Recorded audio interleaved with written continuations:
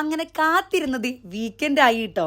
Weekend ഇവർക്ക് cricket കളിച്ച് ആഘോഷിക്കാനുള്ളതാണെങ്കിൽ എനിക്ക് വീക്കെൻഡ് ഉറങ്ങി ആഘോഷിക്കാനുള്ളതാണ് കേട്ടോ. എന്തായാലും മെയിനായിട്ട് കുവൈറ്റിൽ വെതറൊക്കെ ഒന്ന് മാറിയിട്ടുണ്ട്. രാവിലെയും വൈകുന്നേരമൊക്കെ അത്യാവശ്യം നല്ലൊരു വെതറാണ് കേട്ടോ. അപ്പം നമ്മൾ വിചാരിച്ചു നടന്നിട്ട് വരാമെന്ന്. അങ്ങനെ വെറുതെ നടക്കില്ല, ഇതിൻ്റെ പിന്നിൽ 2 അജണ്ടയുണ്ട്. ഒന്നതേ ആദ്യമൊരു ഷൂസ് മേടിക്കണം, പിന്നെ എന്തെങ്കിലും ഫുഡ് കഴിക്കണം. സ്കൂൾ തുറന്നിട്ട് ഇപ്പോൾ 3ാമത്തെ ഷൂസാണ് കേട്ടോ.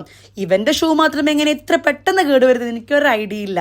എന്തായാലും ഷൂസൊക്കെ മേടിച്ചു. ഇനി അടുത്ത പരിപാടി ഫുഡ് കഴിക്കാൻ പോക്കാണ് കേട്ടോ.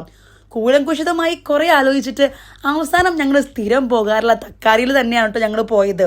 അവിടെ ഇപ്പോൾ ടീ ഗ്രില്ല് കൂടെ തുടങ്ങിയിട്ടുണ്ട്. അങ്ങനെ അവിടെ ചെന്ന് ഇരുന്ന പാടെ അവർ നമുക്ക് നല്ല വെൽക്കം ഡ്രിങ്ക് ഒക്കെ കൊണ്ട് തന്നായിരുന്നു കേട്ടോ. നല്ല ടേസ്റ്റ് ഉണ്ടായിരുന്നു. അങ്ങനെ അത് കഴിച്ച് നമ്മൾ മെനു അരിച്ചു പറക്കാൻ തുടങ്ങി. എൻ്റെ കണ്ണായിരുന്നിൽ നമ്മുടെ ഈ ക്രീമി ചിക്കൻ അൽ ഫഹത്തിലാണ് കേട്ടോ ചെന്ന് പെട്ടത്.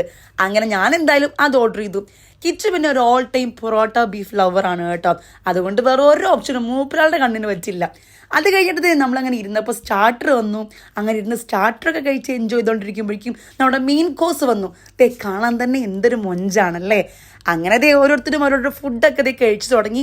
അവിടെ ഇരുന്ന് അധികം തിരക്കുണ്ടായിരുന്നില്ല കേട്ടോ അന്ന്. ഈവൻ വീക്കെൻഡ് ആണെങ്കിലും അവിടെ ഇരുന്നത് നമ്മൾ വയറ് നിറച്ച് ഇരുന്ന് ഫുഡൊക്കെ കഴിച്ചു.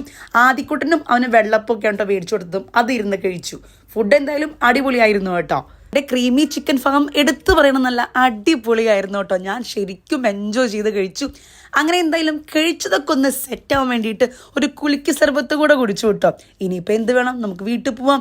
അങ്ങനെ നമ്മൾ അവിടുന്ന് ഇറങ്ങി. ഞാൻ പറഞ്ഞില്ല അത്യാവശ്യം നല്ലൊരു വെതറാണെന്ന്, നല്ല കാറ്റൊക്കെ ഉണ്ടായിരുന്നു കേട്ടോ.